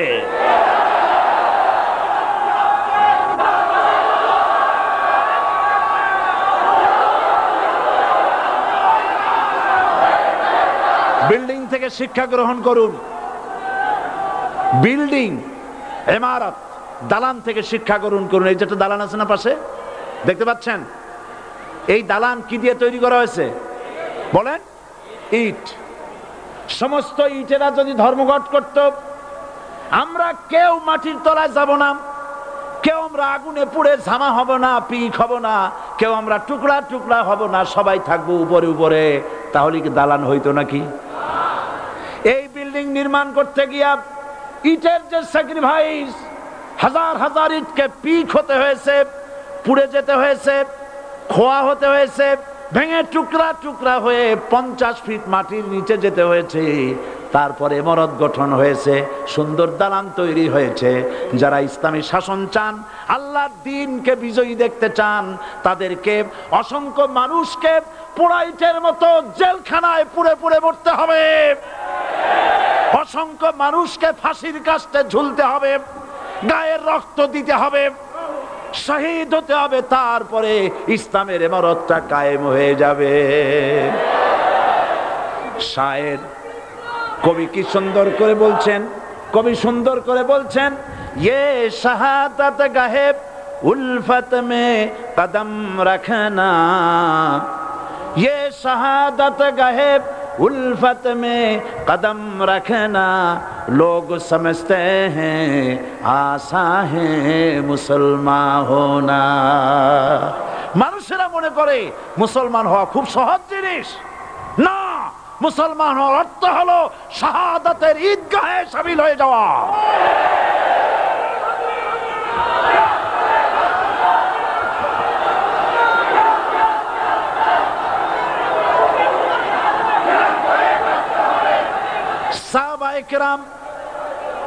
সাহাবায়ে কেরাম মার খেলেন, এবার স্বয়ং আল্লাহর নবীর গায়ে হাত তুলল। আবু জাহেল এসে হুজুরকে মারলেন, গলায় চাদর দিয়া এমন জোরে টান মেরেছে রাসূলুল্লাহ পড়ে গিয়েছেন। হাদিসে এসেছে হুজুরের চোখ মোবারক ঠিকরে পড়ে যেতেছে, চেহারা মোবারক লাল হয়ে গিয়েছে, জমিনের উপর আছাড় মেরে ফেলেছে। রাসূলের এই অবস্থা দেখে হযরতে হামজা তখনও কাফের ছিলেন, শিকার থেকে এসে তিনি এই দৃশ্য দেখলেন, দাসীর মুখে শুনলেন, ছুটে চলে গেলেন আবু জাহেলের বাড়িতে। যায় বলে, আবু জাহেল রে, তুই মুহাম্মদ সাল্লাল্লাহু আলাইহি ওয়াসাল্লাম মেরেছিস, বল কেন মারলি? এমন ভালো মানুষ তো জীবনে চোখে দেখি নাই, যিনি কোনো মিথ্যা কথা বলেন না, ভালো ভালো কথা বলেন, এক আল্লাহর গোলামি করার জন্য বলেন। এই সব ভালো কথা বলার জন্যই তুই তারে মারলি নাকি? আরে আবু জাহেল, তুই কি মনে করেছিস মুহাম্মদ সাল্লাল্লাহু আলাইহি ওয়াসাল্লাম তার পিতা আব্দুল্লাহ মারা গেছে বলে মুহাম্মদ সাল্লাল্লাহু আলাইহি ওয়াসাল্লাম এতিম হয়ে গেছে মনে করেছিস নাকি? জেনে রাখ, মুহাম্মদ সাল্লাল্লাহু আলাইহি ওয়াসাল্লামের পিতা আব্দুল্লাহ মারা গেছে, কিন্তু চাচা হামজা তো মরে যায় নাই। হাতের ধনুক দিয়া এমন জোরে আঘাত মারলেন, আবু জাহেলের মাথা ফেটে রক্ত ফিনকি দিয়ে বেরিয়ে এলো। হযরতে হামজা ঘরে ফিরে এসে রাসূল করিম সাল্লাল্লাহু আলাইহি ওয়াসাল্লামের মস্তক মোবারক কোলে উঠায় নিলেন আর বললেন, বাবা, তোমাকে মেরেছে বলে আমি আবু জাহেলের মাথাটা ফাটায় দিয়ে আসছি, তুমি খুশি হও। হুজুর বলছেন, চাচা, কার মাথা ফাটাইছো এইটা বলে আমারে খুশি করতে পারবা না। হযরতে হামজা বলেন, তুমি কি হলে খুশি হবে? হুজুর বলেন, হামজা চাচা গো, আমি খুশি হব যদি একটিবার চাচা তোমার মুখে শুনতে পাই ঈমানের কালেমা। হযরতে হামজা বলেন, মুহাম্মদ সাল্লাল্লাহু আলাইহি ওয়াসাল্লাম, আমি বুঝতে পেরেছি তুমি কোনো সাধারণ মানুষ নয়। সাধারণ মানুষ হলে পরে তুমি প্রতিশোধে বিশ্বাসী হতে, খুশি হতে। প্রতিশোধে বিশ্বাসী হও নাই, তুমি অবশ্যই আল্লাহর নবী, কোনো সন্দেহ আমার নাই। তুমি সাক্ষী থাকো, আমি পড়ে নিলাম, লা ইলাহা ইল্লাল্লাহু মুহাম্মাদুর রাসূলুল্লাহ। জোরে পড়ে, লা ইলাহা ইল্লাল্লাহু মুহাম্মাদুর রাসূলুল্লাহ। ঘাবড়াবার কারণ নাই।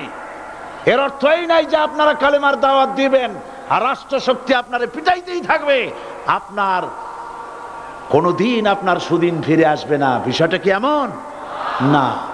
আমার আল্লাহর ওয়াদা শুনুন, ওয়ালা তাহিনু ওয়ালা তাহজানু ওয়া আনতুমুল আলাউনা ইন কুনতুম মুমিনিন। মুমিন যদি হও আমি তোমাদেরকে বিজয় দান করব। সুবহানাল্লাহ বলেন। আজ যদি আমাদের উপরে বিপদ এসে থাকে তাহলে তার একমাত্র কারণ পূর্ণাঙ্গ ঈমানের অভাব আমাদের মধ্যে রয়েছে, ঠিক কিনা? আজ পৃথিবীতে সব থেকে মার খায় কারা? চিল্লায় বলো। আলজেরিয়ায় কারা? বসনিয়ায় কারা? চেচনিয়ায় কারা? প্যালেস্টাইনে কারা? আহা, প্যালেস্টাইনের মুসলমানদেরকে মাইরে মাইরে শেষ করে দিল। দেখছেন ছবিতে না? দেখেন না? প্যালেস্টাইনের মুসলমানদের যে কে যখন মারা হচ্ছে, বাংলাদেশের প্রধানমন্ত্রী তখন আমেরিকায় ক্লিনটনের সঙ্গে কথা বলতেছেন। তিনি ক্লিনটনের কাছে তার পিতৃ হত্যার জন্য দায়ী সাজাপ্রাপ্ত 3 জন ব্যক্তিকে ফেরত চাচ্ছিলেন। আমার দৃষ্টিতে এটা কোনো অপরাধ নয়। সন্তান তার পিতার প্রতি আকর্ষণ থাকবেই। আমার আপত্তি সেখানে আপনি প্রধানমন্ত্রী শুধু শেখ পরিবারের প্রধানমন্ত্রী নন, শুধু আওয়ামী লীগের প্রধানমন্ত্রী হওয়া উচিত নয় আপনার। আপনি পৃথিবীর দ্বিতীয় বৃহত্তম বাংলাদেশের 12 কোটি মুসলমানের প্রধানমন্ত্রী। পিতৃ হত্যার আসামি ফেরত চাইলেন, কিন্তু বিল ক্লিনটনের আশ্রয় প্রশ্রয় লালিত পৃথিবীর অসভ্য জাতি সন্ত্রাসী ইহুদিরা প্যালেস্টাইনের মুসলমানদেরকে পাখির মতো গুলি করে হত্যা করছে। আপনি কেন এর জবাব চাইলেন না?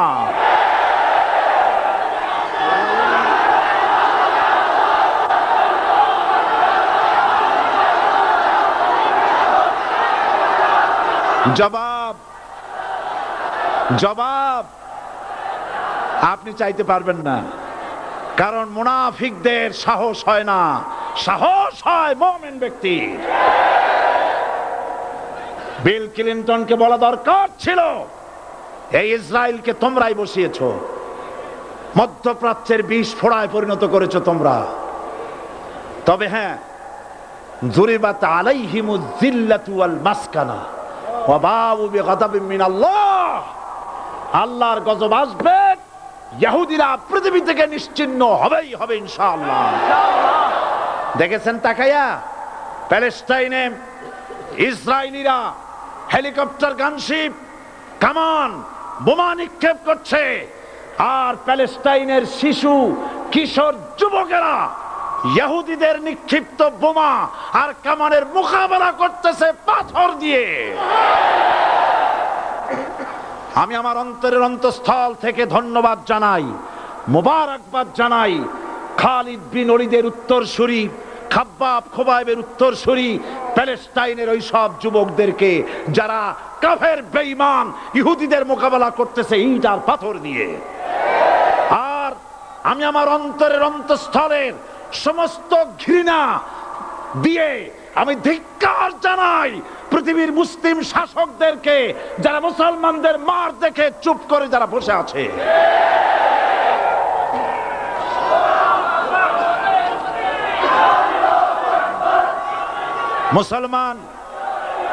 মুসলমান যদি মুসলমানের মতো হয়, 10 জন যথেষ্ট। কয়জন যথেষ্ট? কোথায় আছে কথা? আল্লাহ পাক কোরআন শরীফের মধ্যে বলেছেন, একজন যদি হও ইমানদার মুত্তাকি 10 জনের উপরে বিজয়ী হবে। 10 জন যদি হও 100-এর উপরে বিজয়ী হবে। 100 যদি হও 1000-এর উপরে বিজয়ী করব। জোরে বলেন সুবহানাল্লাহ। কবি বলতেছেন, ফিজায়ে বদরে পয়দা কুন ফেরেশতে তেরি নুসরত কো উতার সকতে গর্দু সে কতর অন্দর কতর আবি। বদরের মুসলমানদের মতো ঈমান আনো, তাহলে আকাশ থেকে কাতারে কাতারে ফেরেশতা নাজিল করে দিয়ে আল্লাহ পাক তোমাদেরকে সাহায্য করবেন। সুবহানাল্লাহ। সে আল্লাহ আছে না নাই? জোরে বলেন, আছে না নাই?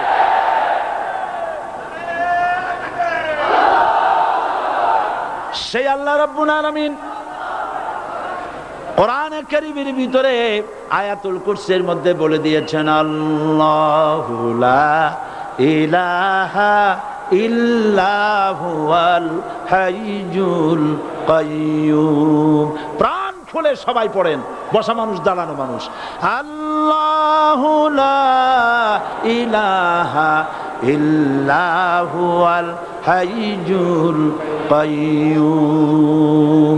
আল্লাহ রাব্বুল আলামিন, তিনি ছাড়া কোনো ইলাহ নাই, তিনি সার্বভৌমত্বের মালিক, কেউ নাই আল্লাহ ছাড়া। এই কথা মানুষকে ঘোষণা করতে হবে। বাধা, এই কথা বললেই বাধা দেবে কয় শ্রেণীর লোক? 3 শ্রেণী। প্রথম শ্রেণী হচ্ছে কে? রাষ্ট্রশক্তি। আজও তারা বাধা দিচ্ছে। আল্লাহর আইন দিয়ে দেশ চালাও, তারা তাদের মন মর্জি মোতাবেক আইন দিয়ে দেশ চালাবে। আল্লাহ পাক বলছেন, আলা আলাহুল খালকু ওয়াল আমরু, সৃষ্টি যার, আইন চলবে তা। কারো বাবার আইন চলতে পারে না, নিজেদের তৈরি করা আইন চলবে না। ইনিল হুকমু ইল্লা লিল্লাহ, একমাত্র আইন চলবে কার? এই আইন রাসূল করিম সাল্লাল্লাহু আলাইহি ওয়াসাল্লাম মদিনায় কোরআন দিয়ে প্রতিষ্ঠিত করেছিলেন। আল্লাহর বিধান, আল্লাহর সার্বভৌমত্ব কায়েম করেছিলেন।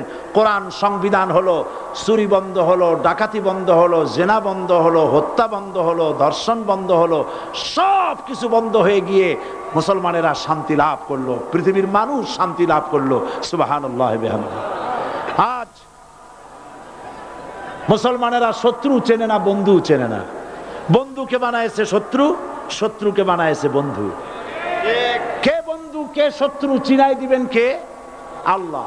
বলেন কে দিবেন? আল্লাহ রাব্বুল আলামিন কোরআনে কারীমের মধ্যে পরিষ্কার করে বলেছেন, লাতাজিদান্না শাদ্দান নাসি আদাওয়াতান লিল্লাযীনা আমানুল ইয়াহুদা ওয়াল্লাযীনা আশরাকু। আল্লাহ পাক বলছেন, হে রাসূল, মানুষের ভিতরে দুইটা শ্রেণী মুমিনদের জন্য সবথেকে জঘন্য দুশমন। কয়টা শ্রেণী? দুইটা। একটা হলো ইহুদ, আর একটা হলো মুশরিক। একটা হলো ইহুদি, আর একটা হলো মুশরিক। এটা হলো তোমাদের দুশমন।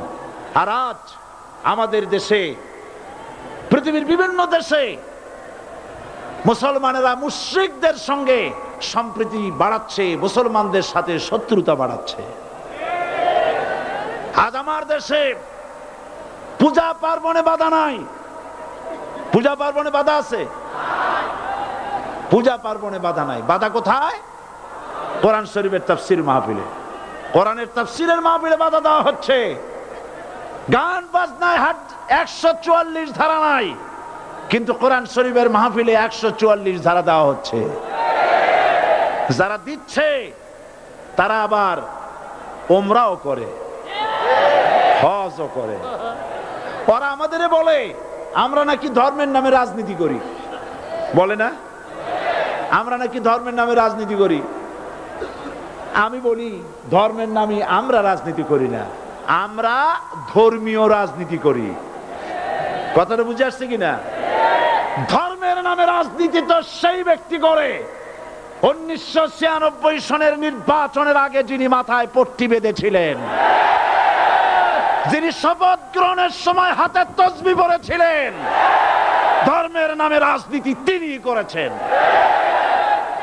আজ আজ অনেকগুলি ডিগ্রি পেয়েছেন তিনি, অনেকগুলি ডিগ্রি পেয়েছেন। কয়টা? মুখস্থ হয়ে গেছে আপনাদের। শকুনেরা, শকুন যদি গরুর গোশত কিনে খাওয়া লাগতো, 80 টাকা কেজি দরে শকুনে এত গোশত কিনা খাইতে পারতো না। লেখাপড়া করে যদি ডিগ্রি নেওয়া লাগতো, এত ডিগ্রি কপালে জুটতো না। পয়সা দিয়া ম্যানেজ করা ডিগ্রি, কিন্তু 9টা নিলে কি হবে? আসল ডিগ্রিটা এখনো বাকি আছে। আসল ডিগ্রি কোনটা? নির্বাচনের আগে পট্টি বেঁধে তসবিহ নিয়ে গোটা জাতিকে যে সফলভাবে প্রতারণা করতে আপনি পেরেছিলেন, মহা প্রতারক হিসেবে সেই ডিগ্রি আগামী নির্বাচনের মোক্ষম সময় জনগণ আপনার গলায় পরায় দেবে।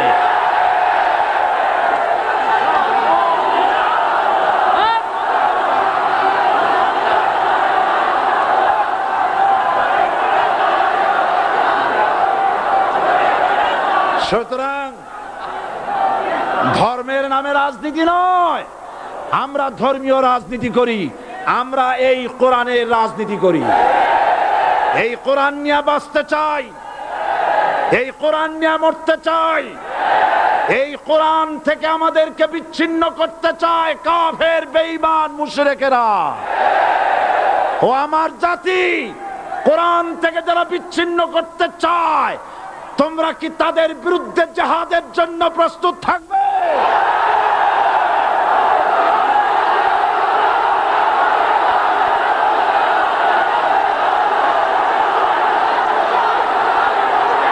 বসেন, বসেন, বসেন, বসেন,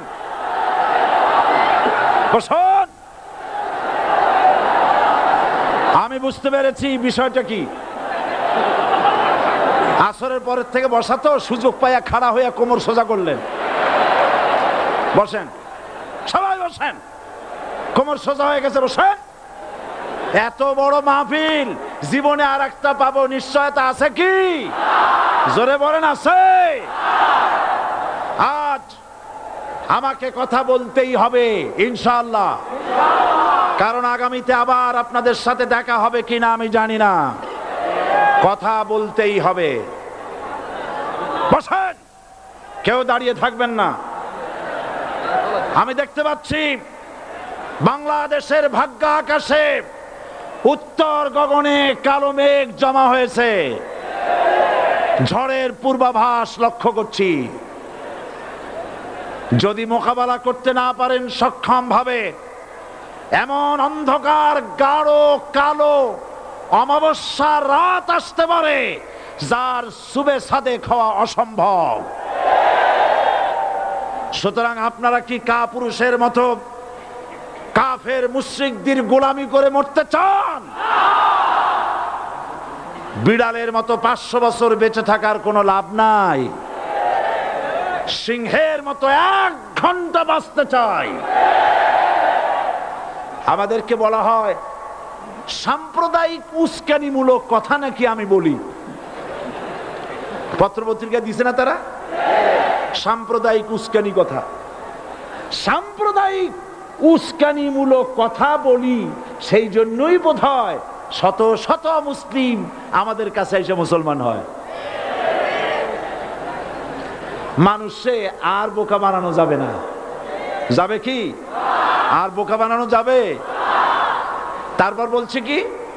এরপরে বলছে, আমাকে বলছে রাজাকার।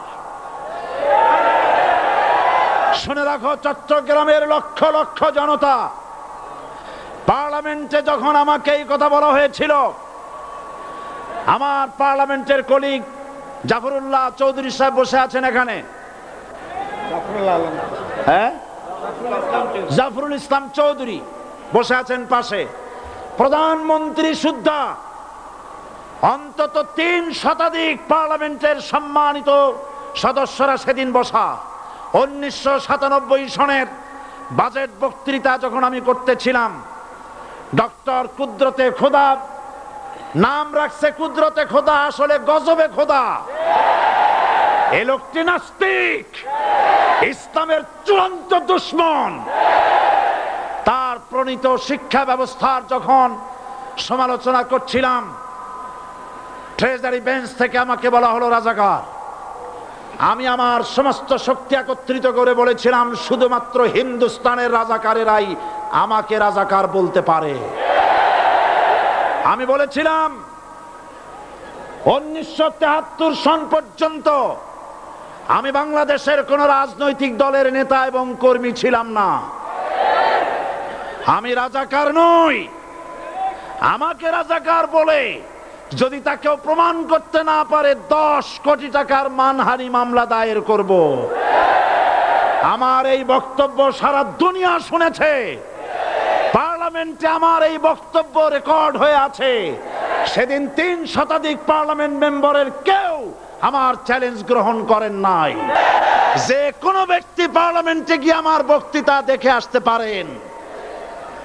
এরপরে 1997 সনের 7ই অক্টোবর দৈনিক জনকণ্ঠ পত্রিকা যখন আমার বিরুদ্ধে লিখলো, সেই পত্রিকায় সাইদির ওপেন চ্যালেঞ্জ 8ম পাতা, 1997 7ই অক্টোবর, এত বড় 2 কলমে হেডিং। সেখানে আমি বলেছি, বাংলাদেশের সকল সাংবাদিক, গোয়েন্দা বিভাগ, বাংলাদেশের সকল বুদ্ধিজীবীকে আমি আমার পিরোজপুরে আমন্ত্রণ করছি। আমার উপস্থিতিতে যদি কেউ প্রমাণ করতে পারে বাংলাদেশের স্বাধীনতা যুদ্ধের বিরুদ্ধে আমার কোনো ভূমিকা ছিল, সজ্ঞানে স্বেচ্ছায় জাতীয় সংসদের সদস্য পদ থেকে পদত্যাগ করব। 3 বছর পার হয়ে গেছে, আজ পর্যন্ত কেউ এই চ্যালেঞ্জের মোকাবেলা করে নাই। সুতরাং আমাকে যারা রাজাকার বলবে, তারা পিতৃ পরিচয়হীন অবৈধ সন্তান। 1971 সনের, শোনো মুসলমানেরা, 1971 সনের কোন কাদা সাইদির গায়ে লাগে নাই। আমাকে রাজাকার বলে জনগণ থেকে বিচ্ছিন্ন করবা, জনগণ থেকে আমারে বিচ্ছিন্ন করা যাবে না। কারণ এই জনগণ আমার জন্য আসে না, এই জনগণ আসে আল্লাহর কোরআনের জন্য।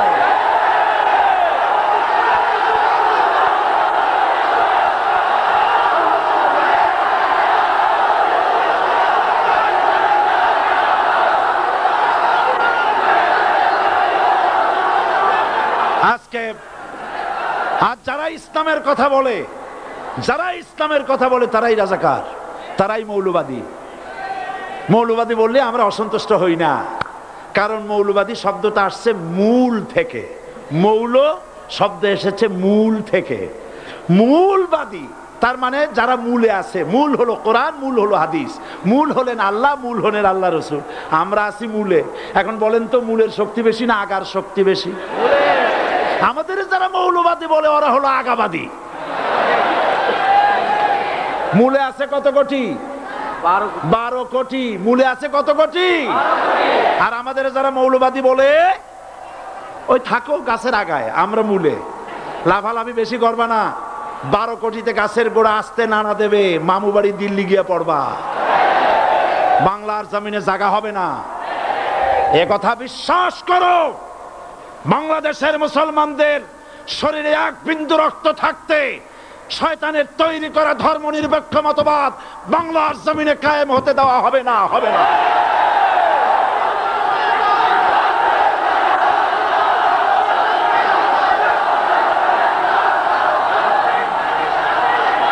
রাসূল করিম সাল্লাল্লাহু আলাইহি ওয়াসাল্লাম কোরআন প্রতিষ্ঠার জন্য আন্দোলন করেছিলেন। আয়াতুল কুরসি আমাদের সে কথাই শিখেছে। আল্লাহ রাব্বুল আলামিন বলেন, আল্লাহু লা ইলাহা ইল্লা হুয়াল হাইয়ুল কাইয়ুম। প্রাণ খুলে পড়েন, আল্লাহু লা ইলাহা ইল্লা হুয়াল হাইয়ুল কাইয়ুম। আল্লাহ হচ্ছেন তিনি যিনি ছাড়া কোনো ইলাহ নাই, আইনদাতা নাই, বিধানদাতা নাই। আমরা মানুষের তৈরি করা আইন মানি না। 12 কোটি মুসলমানের দেশে আইন তৈরি করবে মানুষ, আমরা মানব না।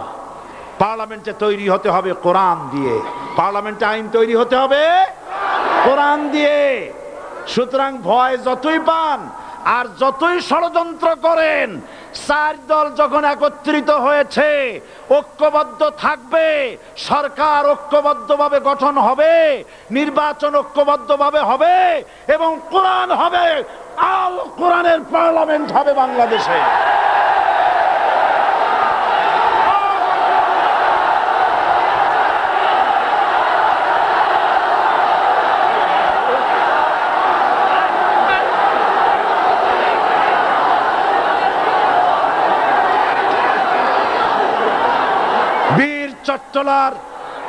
বীর চট্টলার মুসলমানেরা, বীর চট্টলার মুসলমানেরা স্বাধীনতার ঘোষণা এই চট্টগ্রাম থেকে স্বাধীনতার মহান ঘোষক প্রেসিডেন্ট জিয়াউর রহমান সাহেব দিয়েছিলেন।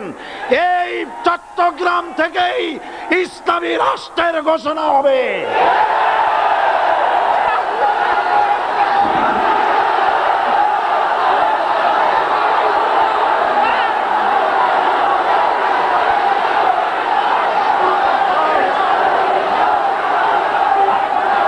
আশাবাদী আপনারা অবশ্যই তা পারবেন। আমি 100% বিশ্বাস করি ইনশাআল্লাহ। কারণ যে ষড়যন্ত্রের মোকাবেলা করে স্থানীয় রাজনৈতিক দলের নেতৃবৃন্দ কোরআনের মাহফিল সিনায় এনেছেন, আমি প্রথম দিনই বলেছি চট্টগ্রাম তাফসিরুল কোরআন মাহফিল কোন রাজনৈতিক দলের প্রতিনিধিত্ব করে না। এটা কোন জামাত শিবিরের একক সম্পদ নয়, এটা চট্টগ্রামের মুসলমানদের কলিজার টুকরা তাফসিরের মাহফিল। সুতরাং এই মাহফিল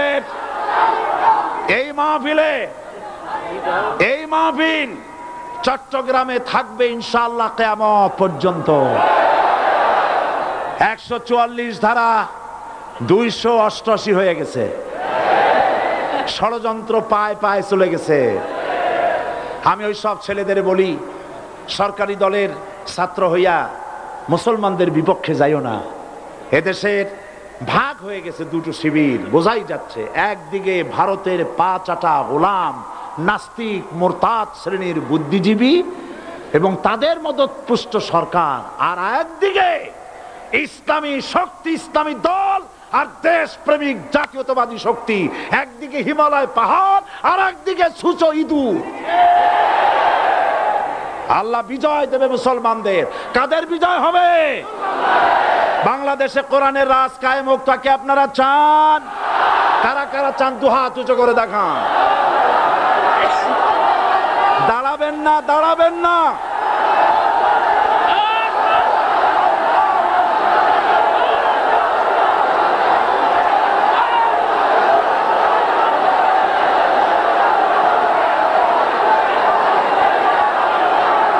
বসুন, বসুন, আবার বসেন, বসুন। জোরে সোরে জিকির করেন লা ইলাহা ইল্লাল্লাহ, আরো জোরে লা ইলাহা ইল্লাল্লাহ, লা ইলাহা ইল্লাল্লাহ,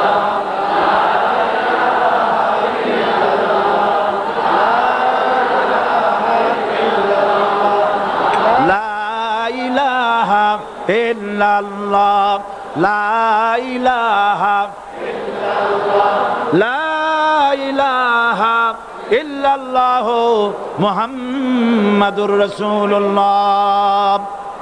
যারা যেখানে দাঁড়িয়েছেন বসুন। তিন শ্রেণীর লোকেরা আল্লাহর কালেমায় বাধা দিয়েছে। কয় শ্রেণী?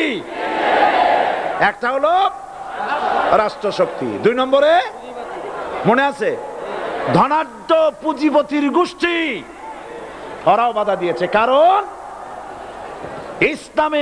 ইসলামকে বলা হয় পুঁজিবাদের আশ্রয়স্থল। নাউজুবিল্লাহ। সর্বপ্রথম ইসলাম কবুল করেছে কারা? ধনীরা না গরিবরা? কারা? গরিবেরা।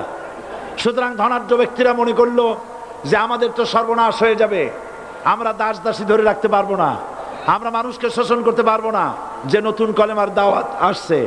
সুতরাং সরকারের হাতকে তারা পয়সা দিয়া শক্ত করেছে আর বলেছে যত টাকা লাগে এই লোকগুলারে ঠ্যাঙ্গান। আজও আছে কিনা? তা আছে কিনা?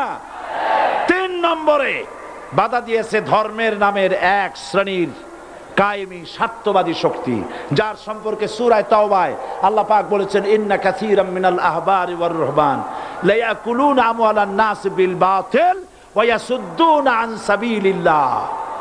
ইহুদি আহলে কিতাবদের মধ্যে এক শ্রেণীর বুজুর্গ ধরনের লোক, দরবেশ জাতীয় লোক, যারা নাকি মানুষের সম্পদকে বাতিল পন্থায় ভক্ষণ করে, ওয়ায়াসুদ্দুনা আন সাবিলিল্লাহ, এবং আল্লাহর রাস্তায় চলার জন্য মানুষকে বাধা প্রদান করে।